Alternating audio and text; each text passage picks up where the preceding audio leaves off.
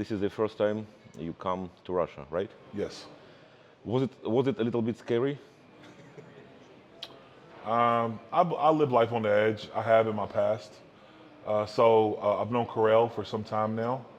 And, Carell's always told me if I ever, we had an opportunity for me to make it over, that, you know, it would be a great experience. So I took his word for it, and there was no worry. Now, people back home were worried, me leaving, but part of my reason why I came over was to show people it's not what you think it is. Time changed, and our countries are not friends, unfortunately, but it means politics, right? Yes. Politicians, not Yes. sportsmen. It's a politician war. I love the citizens. But overall, my experience being here has been absolute, one of in my top experiences of traveling was the ability to be able to come here and experience Russia and Moscow itself. How much do you weigh right now? Today I weighed in at 186 kilograms. You're still quite a huge man, Yes, and it's quite yes, difficult to travel around the world by yes, plane. yes. What's difficulties you face being in the plane? Just the seating, leg room, even flying first class, it still can be uncomfortable. I mean, you're talking 17 hours of flying time. So 17 hours of anything, sitting, doing anything is pretty rough. Um, but I'm used to traveling, but this has been the furthest that I've traveled, the longest trip that I've ever had. So it wasn't bad, um, but I can't sleep on planes. Never really been able to sleep on planes, so it makes the trip a little longer. But what makes it fly time fly by is they offer many different movies. So I watch about 4 or 5 movies, and the time just blows by. You are in Russia for the first time, in Moscow for the first time. When you saw center of Moscow, what kind of thoughts do you have in your mind? Mind blown. It's by far, and I've only traveled, been able to travel abroad a couple years. So this is my second overseas destination, What was the first one? London. And this city is, and I've been everywhere in the U.S., all over the U.S., uh, but this is my favorite destination. The city is beautiful, the architecture is beautiful. Um, it's just everything is just. I love the culture. I love the even Christmas time, the festivities, the lights in the streets. It's just a beautiful place to be. And as far as I know, I saw the videos on Starich of Kirill's Instagram, your Instagram. You like cuisine, Yes. and what kind of meals did you eat 1 hour before 1 hour before our meeting today? today, we ate Italian. Italian. Italian, yes. Italian cuisine. It was great. We had oh, hold on, cow cheeks. You familiar with cow cheeks? That's what we had. I guess the cheek of a cow. Ah, yeah. Um, uh, this all this food is prepared, especially the breads and pastas, is prepared. It's all from scratch. So I had lasagna, I had some pasta, some baked potatoes, and some pizza, like 4 cheese pizza. Kirill said that you tried red caviar for the first time. How did you find it? I would say I give it a 7 out of 10. I don't prefer. I'm a texture guy. I like more crunchy, but I can say it's a lot different than how it's always been described. It's always been that caviar is like a fishy taste. It's an acquired taste, but no, I could see myself eating it again. Let's put it that way. Do you usually count your calories? Uh, it depends on where I'm at in my programming. So if I'm off season, I try to watch, but during prep, I just pretty much eat as needed, whatever I want. And I still keep a pretty decent diet. So I say about 70-30, 70 somewhat clean, 30%, basically whatever I want. But my biggest thing that I want to make sure that I take in is water intake. And I keep my water intake very high. That's the main thing that I focus on. And what amount of calories, what the biggest amount of calories you ever eat? 10, 10,000 10,000, a day. 10,000 a day. And I was miserable. It's like you finish one meal, and as your body is starting to digest, here comes another meal. So it's like you're constantly stuffing your face. And I've seen results. I did see results, but I felt like my body was always working overtime. Trying to process the food, trying to train. You became the best bench presser in the world, so you have beaten Kirill's record by big amount of kilograms. Do you think that there is anyone else who can come close to you in the Yeah, near future? Corral. Kirill again, but he doesn't want to. But if he decides to, I do believe he can. Still, even though I have the record, I still believe he is the best bench presser in the world. Why? Just have you seen him bench? Yeah, it was smooth. It's perfect. The technique is perfect. But it's not figure skating, it's bench press. It's not about artistics, Yes. aesthetics, but it's about amount of kilograms. Yeah, it is about the mount, but I still have reverence for people. I give credit when it's due, and I feel like just because I have the most doesn't mean he can't come out of retirement and achieve somewhat either close to or supersede what I've achieved. I'm realistic. I'm not going to sit here and sugarcoat things like he can't. Corral is, at the time when he broke the record, he was only, 25 years old. He was still basically a kid. Not a kid, but he was a young. Body hasn't matured, and as I've been through this countless times and seen so many different lifters, I feel like you don't get that real strength until mid to late 30s.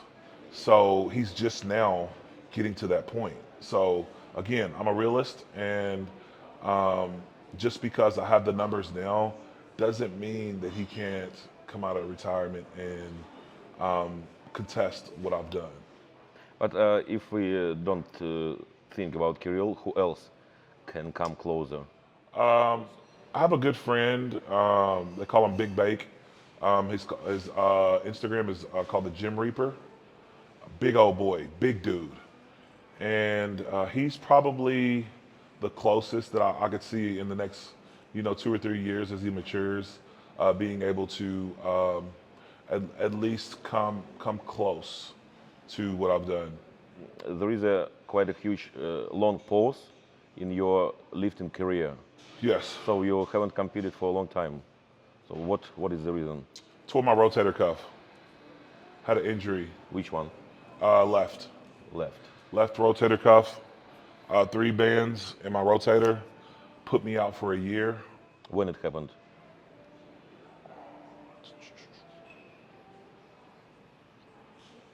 November of 22. 22. Okay. And can you describe how was it? I tried to incline bench press 700 pounds. I think that's 320 kg. I tried to incline it, and the machine that I was on was not set up for incline bench press. And I felt my bands, each one of them popping. So I felt 3 different pops in my shoulder, dropped the weight. It's on. If you check my social media, you look back far enough, you can see the video. It's pretty nasty. So I literally dumped 700 pounds on my lap. How do you feel now? How your injury now? It's healed completely? Yeah, it's healed. It's healed. I've hit in March. I hit 750. So I think 330 kg in March, or 325 kg in March. seven, whatever. I'm not too familiar with the conversion, but I hit about, I think about 330 kg this past March. But I'm so busy now. I travel so much doing guest appearances, doing gym lifts. I remember your video when you said that you are going to Russia, and you said that you're too busy. So Oh yeah, it's hard to find the balance of being an influencer, having a social media platform, and actually competing. You know, so I really appreciate Corel because this experience has made me step out of my comfort zone and forced me kind of to get back on the platform, which I haven't been on the platform in 2 years. So very grateful, heart full of gratitude, happy. I'm excited. did you already decide how much will you start tomorrow? I'm gonna open up with 300 kg, 300. and then I'm gonna jump to 310, and then maybe 320 is tops. Okay, no less, no more. No less, no more. Just I'm doing this for my fans that support me over here in Russia. I get a lot of engagement from people over here back in the U.S. So I want to give them opportunity to be able to see and have this, not only me, but them have an experience of me over here. And I want to ask you about your grip. So it's quite narrow. Have you ever tried to widen I your started grip? out with wide. I started out with wide grip, kept on getting minor pulls in my pec. I just didn't like it. And like I tell people, you know, you have to find your own style. Everybody's body compositions are different, and you have to find your own leverages. And I found that the more narrow I am, which it may seem extremely narrow, but it's like my pinky, my pinky, so my ring finger and pinky finger is where the ring is on the bar. So it's still about right here. So it's not as narrow, but it's about right here. Common question for the bench pressers about back, about lats. Do lats work in the bench press? Absolutely. So your back is like a launching pad. You know, the bigger the back, the better the launching pad. The more coverage, the more force that you're able to apply. So I'm a firm believer in training back, hitting a back variation every day of the week. Every training day I hit a back variation, and I have a day dedicated for back also. So I'm roughly incorporating around 9 to 10 different back variations per. But now, sorry, now you speak about lats, not about erectors, spine erectors. Lower back. No. I mean how to say in English, spine erectors. Yeah, so you get that. You get spine erectors from doing deadlifts. Are they important in the bench press? Every muscle group is important because you use your whole body. You know, you want to maintain tightness from the beginning to the end of the lift, and it starts with your feet. So therefore, so it's just like a spring, right? If you pull a spring out, there's tension from this end to this end. That's the kind of concept that you want to have whenever you're bench pressing, is keeping the tension through the whole body. So yes, every muscle group matters at some point. And as for the lats, they are important when you're going down or when you're going up as well. I say both because your lats are responsible for stability. So the more stable you are, the more fluid your lift is. The more unstable you are, the less fluid your lift is, which relates to injuries, missed grooves. That's the biggest thing, is when you don't have those stabilizers being active, we tend to misgroove a lot, meaning we take the bar out from where the bar travel path typically is supposed to be. And there is quite a common conception in Russia, especially from old specialists, they say like this: if you want to bench more, you need to bench more. Means more often. Just bench, bench, bench, bench. So no need to do anything else. What do you think about it? You said about less. I say You don't agree. that'll only take you so far. Just Bench, benching bench, more. bench, Just and bench, nothing. bench, bench more. So Nothing. accessories, meaning training other muscle groups in your body. So if you look at it this way, say I have a cup, right? And the cup represents the bench press. It's a full cup that represents the bench press. Well, when you go heavy, the heavier you go, the more weaknesses you discover that you have, right? So that creates cracks in your cup. How do we fill the cup to make the cup complete? It's by implementing accessory work to make up for those weaknesses. Strength is not linear where you just keep going up, up, and up. That's never, nobody. If that's the case, then I would be at 5,000 pounds by now. We go by progressive overloading and raising and dropping, raise. It's like a stock, a good stock. A good stock is, it may trace this way, but if you take a step back, it's at a slow incline. It's still going up. It's not going up, but it's going up. You know, so that's kind of the analogy of that. So again, in order for you to create a better lift, is you have to, because the whole premises of strength training is to identify weak points and extort the weak points. You can't extort all the weak points by just doing bench press. You have to go into specificity and target muscles that typically aren't used or typically that you don't necessarily use in the bench press. So we are working on biceps. Biceps play a huge role, and this is understand physiology and anatomy of the body, understanding how your body operates, your mechanics. And your bicep, do you think you can bench press without your bicep? No, you can't. So why not train it? You know what I mean? If it's going to help you be more stable, then train your biceps. You know, train your back. Train multiple angles of back. Train your chest apart from bench press. For example,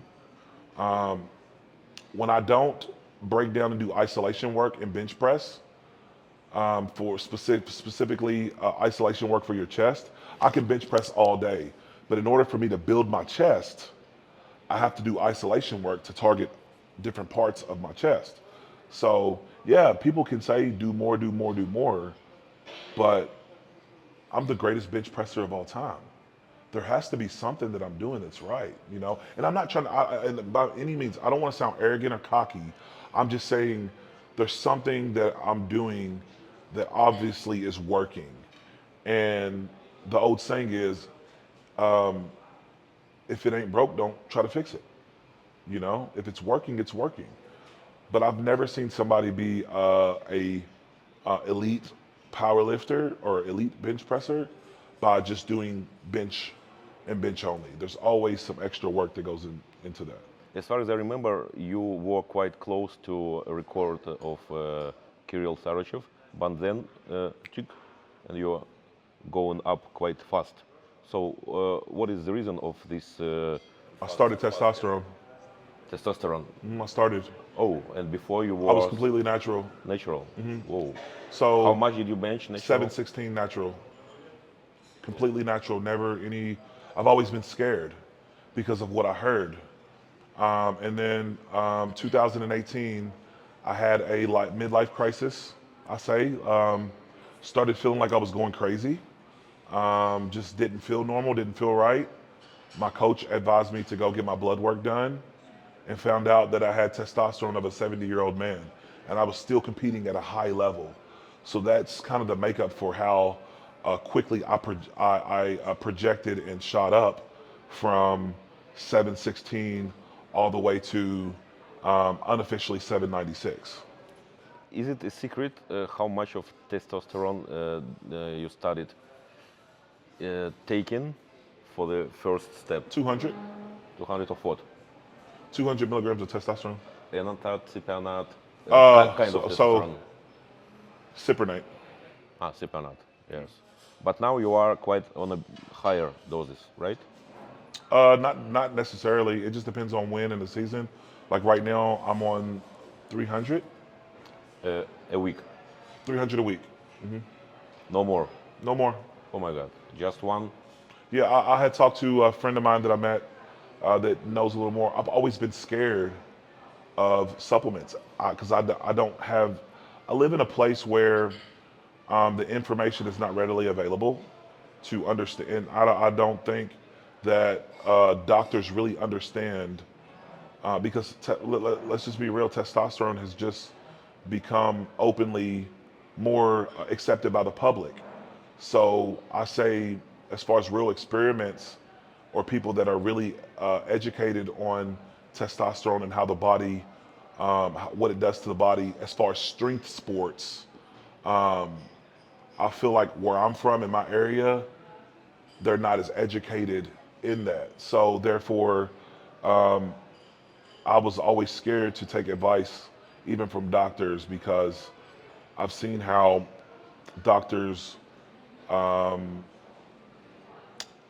dose their patients, and it was either a lot of times it was always too less, just enough to shut it off, but not enough to be a surplus. Does that make sense? Just enough to cut off whatever testosterone your body has, but nothing to put it back to where it needs to be.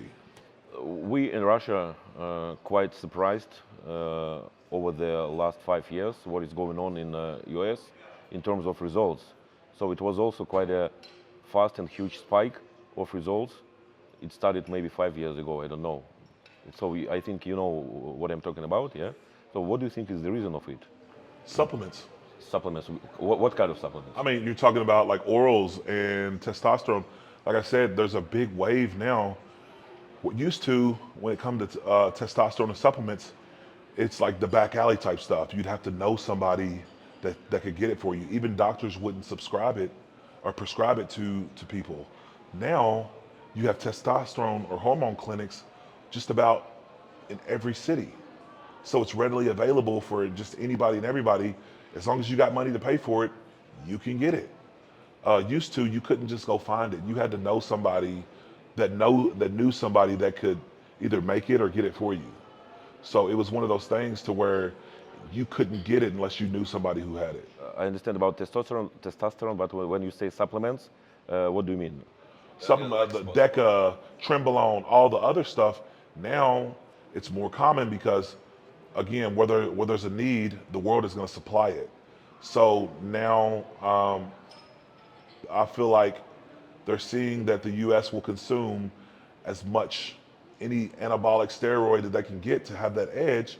They're going to take it no matter what. I knew a kid that was 17 years old, and he was supplementing. This was before I was even on anything, and he was taking about a gram a day up until he was like 22, and recently he is having problems with his liver, and it's more than just testosterone. He was on Primo, just all kinds of different compounds, and now he's suffering for it.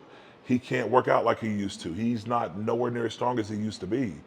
And I think that was some of me being so cautious is because of things like that. But like I said, nowadays it's everybody has it. So along with that, with the big spike in people actually doing programming now, and not just going to the gym and lifting, like people are actually following programs or they have coaches. The content that's even on social media. Now you can go Google. Right now you can have AI create you a program from scratch that's for you. You know, so I think it's more than just one thing. It's a multitude of things that just collectively added together and has created a monster. And another thing too is more people are finding out about the sport that, like me, I've been strong, but I didn't know I could be this strong, you know? But it took somebody saying, hey, you know, you could be the next world record holder. And I bought into it, and here we are today. And it was my coach, Josh Brandt. A friend of mine reached out to him and said, hey, I have an athlete that probably could use your help. We don't have any coaching around here. And from there, I hooked up with Josh in about 2014, and we've been on the up since then. Is it a secret what countries are the most favorite suppliers of supplements? China, Mexico? Uh, Secret no, I would say uh, Russia. from Russia? I've heard From Russia Russia. to US? Yes. Well, not probably now, but before, as far as the purity and some of the best, yeah, it's coming from Russia. And again, Never heard about it. this is hearsay. Again, this is hearsay because I get my stuff from clinics, actual doctors. But as far as illegally, yes, the Middle East or in this region. That's nice. I like this kind of influence in the world. Oh, for sure, for sure.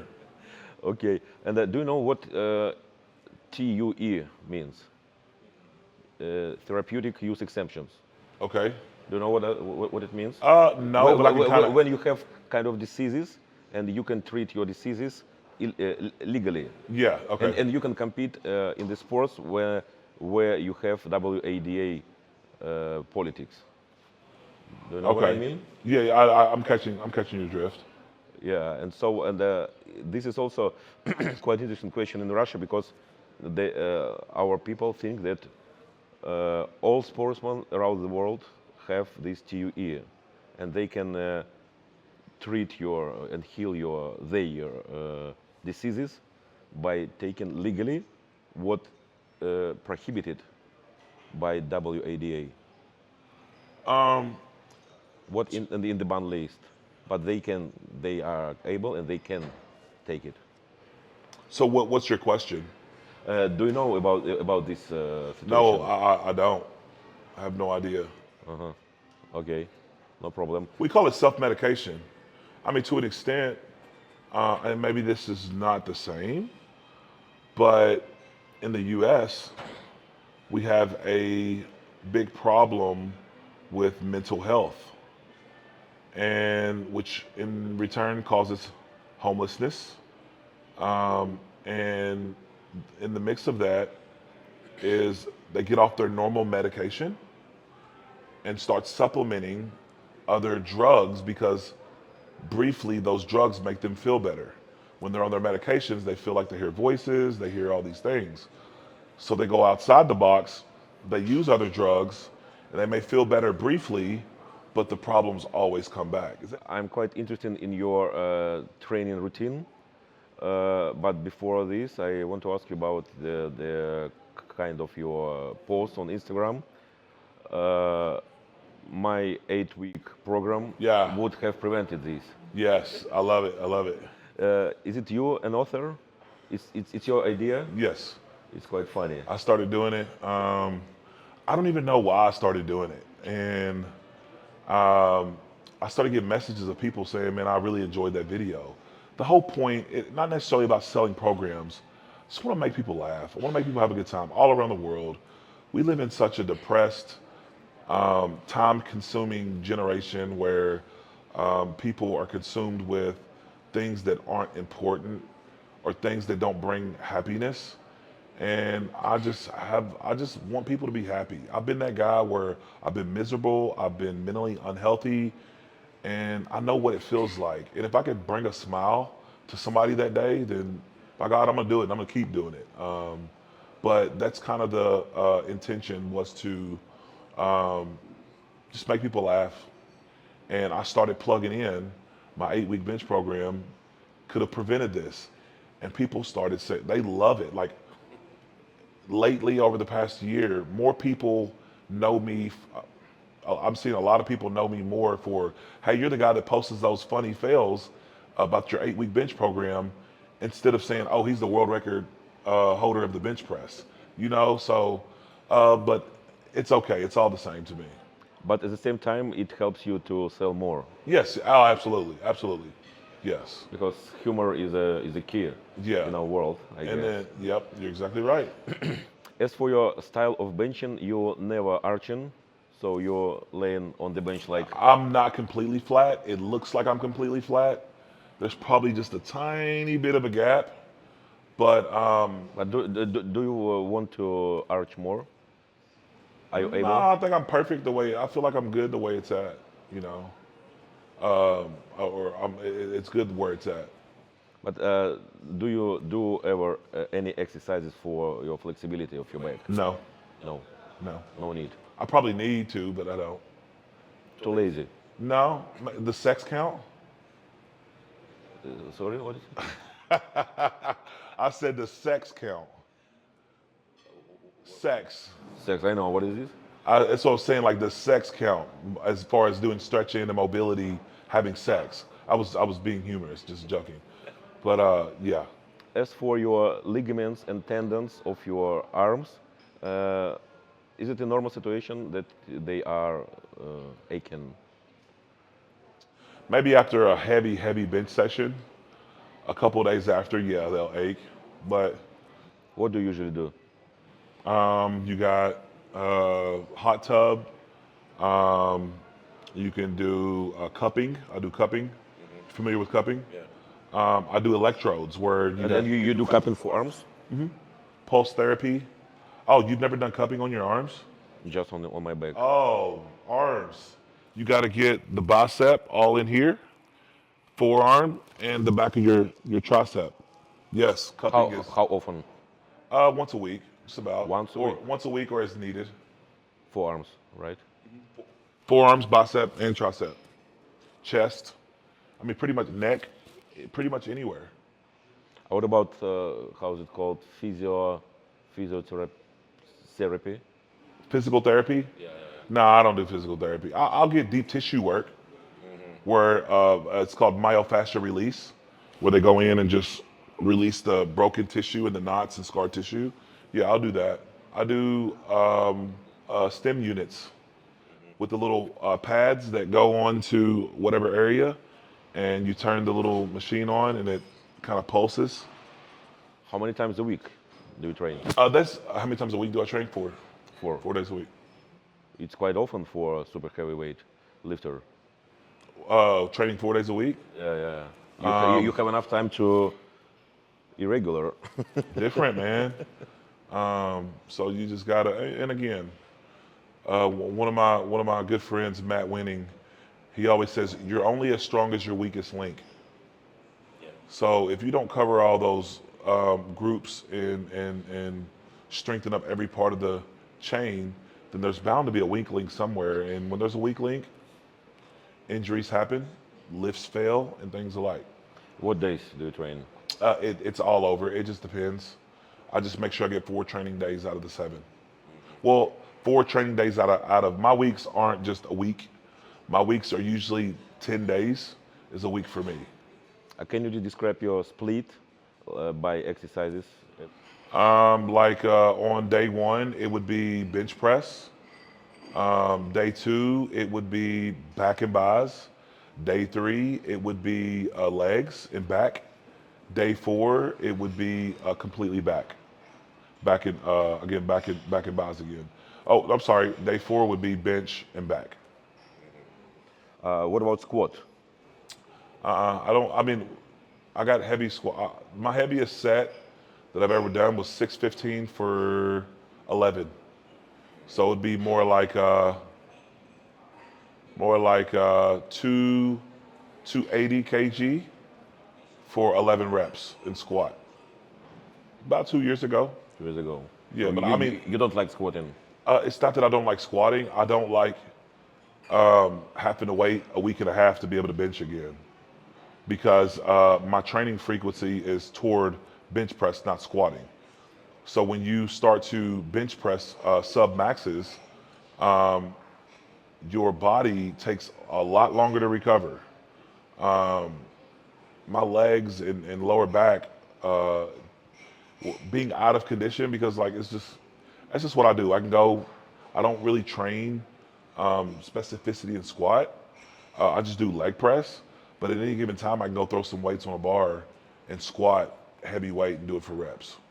So I stay in pretty good condition. I feel like doing a lot of your goblet squats, which accessory work, and doing leg presses, leg extensions, and things like that, keep me somewhat in condition for a semi-decent squat.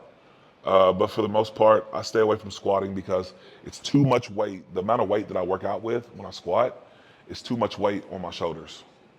It makes my shoulders feel icky, and it's something that I don't like the feeling of. Tell me one thing which is more important in the bench press. Maintaining tightness in the back, making sure those lats are retracted.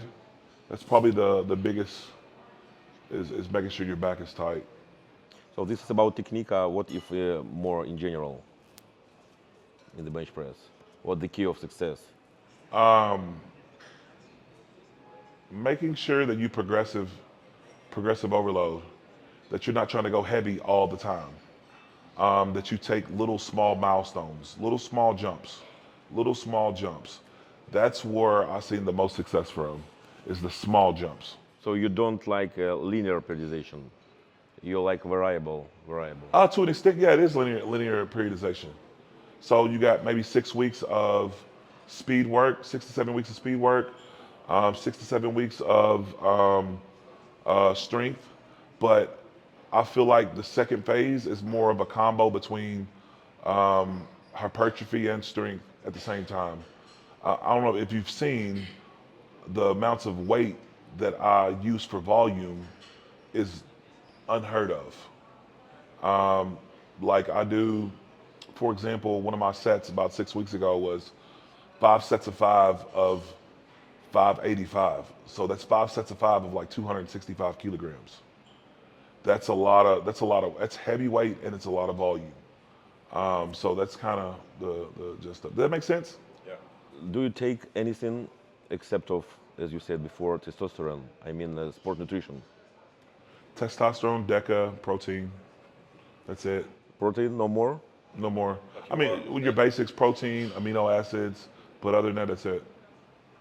What about creatine? No. No. No creatine. BCA. No amino acids, yeah. EAAs, BCAAs. Do you take anything from a drugstore? In a good way. Ibuprofen, which is like anti-inflammatory. How often and how much do you take? It just depends on how my body feels, but not often. It's not a thing that I want to do or do every day. Maybe anything for good sleep. Melatonin. Absolutely got to have melatonin. Every day. Yeah, just about every. If it's not a heavy training day, it's going to be a little harder for me to go to sleep. On training days, I don't need it because I'm going to go right to sleep. But if it's a non-training day, then I typically will take something. So maybe about 2 days a week. What about this device? I forgot this name. CPAP. Like I use one. Use one. Every night. Every night. I can't sleep without it. Cool. Yeah, I love it. But it's quite uncomfortable to sleep on your side. It's also uncomfortable waking up gasping for air also. So pick your poison. That's the whole point of having a CPAP is you stop breathing in the middle of the night while you're asleep. That's very uncomfortable. Have you ever woke up gasping for air? It's not a good feeling at all. So having a CPAP eliminates all that. I get better sleep quality, a longer sleep, and I feel better in the daytime.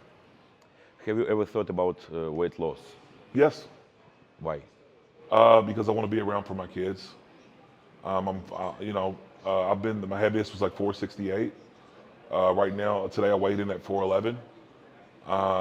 And I want to see my kids graduate high school. I want to see my kids graduate college. And how am I going to do that? Well, by making sure that I stay healthy. You mean that it affects your lifetime? What, being this big? Yeah. Absolutely. The risk is already there. The risk is here now. I'm going through it, experiencing it right now. High blood pressure. I get gout. I have to eat certain amounts of food and red meats. And red meats cause my joints and tendons to be inflamed. I mean, that's for everybody. It causes inflammation. So one day I will go vegan. I'll be completely vegan. That's my plan at some point. You said one day, but what should happen before? You should bench.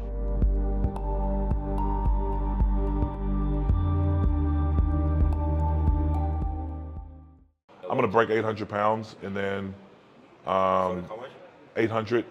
I'm gonna break that barrier, and then maybe deadlift 1,000 pounds, maybe. Maybe. Don't count it. Maybe. And then I'm gonna do overhead pressing. Go into a little bit of strongman sports a little bit. It means you will never weight loss. Huh? No, I mean not necessarily. Being having a so in order for me to bench press, you have to have a certain amount of weight on your body weight. You have to have it. But for incline, but for overhead pressing, your leverages are better kind of the more slimmer you are. So I can maintain strength, lose weight, and feel good and actually not have to eat as much meat as I have to eat. Do you think your technique of the bench press is best for you, or maybe you can change anything? I can change it. What, It's what, what always exactly? changing. What is The it? reason why I say that is as you grow and different muscle groups grow, as you get older, your leverages change. So your your technique is always changing. There's no such thing as perfect technique. I'll throw that out there right now. But I will say Corel, again, I resort back to that, it has some of the most fluent lifts out there on the internet. His technique is, if I could have a technique, it would be like Corel's. I believe I am more explosive. He's just controlled power. He has controlled power. He can control the weight. It makes it look weightless. But yeah, for me, I would say technique is very important, but something is always changing. Your mechanics are always changing. So just like anything else, you have to adapt and you have to adjust and adapt. I heard this saying that you are as strong your tendons. Yeah, you are as strong as your tendons. Do you agree with this? Absolutely. And how strengthen your tendons? Do you know any exercises or ways? Just progress safely training, safely progressing. Frequency, frequency. That's how you build your tendons. Frequency under load, meaning that you are often lifting safely and safely and effectively. But for the most part, I don't think that there's any specific thing. Maybe resistance bands could help a little more, but for the most part, the whole point is to get to get the load. Time will grow your tendons. Time, not a specific exercise, not a specific supplement. Time will grow because you got to think about it. Your muscles grow at an exponential rate. Your tendons grow slower. So that means you have to, just because you're strong doesn't mean you have to keep going heavy all the time because your tendons have to catch up with your muscles. So the biggest thing is to allow your body and allow yourself to get plenty of time to grow and adapt. But still, I heard that there are some kind of exercises such as isometric, something like that, when you pull super heavy weights. I do isometric presses, but at the end of the day, it's still frequency. It's still how frequent you're training, along with being smart about it. But isometrics is still like being under a load. You're just moving something that is immovable. And I do isometric presses. There's a time for it. But you can't do isometrics week after week after week after week. You have to go in, 4 to 5 week spurts, take a break, 4 to 5 week spurts. So again, time is the fix of everything. Is it a sensitive question for you about your bad past, No. about drug addicted? Open book. Open book. And what was the, how to say, Drug of choice. the time when you decided to break with this and start a new life? When? When and why? 2012. I got busted for interstate trafficking, selling drugs across the U.S. And it was time. I was tired. I was wore out. I was just at the end. I was at the end. I burnt every single bridge you could burn. At the time, people were just tired of my stuff. So, and this time I got locked up. I couldn't get bonded out. My charges, I got revoked on my probation, and this time I was headed to prison. And that was a reality check for me. My daughter was, at the time, my daughter was just born, and I was locked up on her first birthday. And that was a wake-up call for me. Is it okay to ask you about one strong Iranian guy in the bench press? Ask away so I can shoot Zalmani. away. What do you think about him? What- Последний We're вопрос. good. We're Последний good. вопрос. It's about to get juicy. Последний вопрос. Yeah, we're good. So what do you think? About Zalmani. Let me interview you. What do you think about him? I don't trust him. Exactly. Why do you not trust him? So many reasons. Plays don't look the same, and too fast progress, and it's like a theater. Yes. So do you see what I'm saying about time? Time is the telltale for everything. And the timing of how he progressed from a 500 a sub 500 bench to an 804 bench press in a year, 300 pounds in a year. I mean, everybody that's been in the fitness industry or strength sports knows you don't progress 300 pounds in a year. You know, it sucks because I am a type of person where I give you the benefit of the doubt before I even meet you. I bring you in, you're my brother. Immediately, I love people. And I did the same for him, and he was a fraud. That's how I feel about it. I invited to pay to fly him over to the U.S. I was going to fly him over to the U.S. so he can compete against me. He agreed, said, yes, I will come, and gave him an extended amount of time to get his visa, to do all these things. And did he show up? Absolutely not. He said that there is a problem with the visa. Well, what about the other Iranian lifters that are in the U.S. competing? I've gotten messages from people in his gym that says the same thing. It's fake. It's all a show. So I'm not saying he's not strong, but the weight isn't what he says it is. Cool answer. Thank you very much. And I think that's it for the interview. Thank you very much for coming, for spending your time for this endless interview. Oh, and no worries, no worries. Can you please tell for the camera, for your Russian fans, something supportive, maybe greeting, maybe piece of advice, anything else? Yeah, Just looking at this one. I just want to thank you guys for supporting me. And one thing that I see what we all are experiencing, politics, division. And one thing that I love about the sport of powerlifting and strength sports is that we can all come together and be brothers in iron. That to me is more important than anything. Politics, division, that's not me. I want to see people win. I want to see people happy. I want to see people flourish. And no matter what country you come from, no matter what type of background you had, I just want to tell you, you can be the best. You can be the GOAT. You can be a regular. We are all given a certain amount of greatness, but it's up to you to find that greatness. So I thank you guys. I love you guys, and I appreciate the support from the bottom of my heart. Thank you. Cool. It was great. Thank you.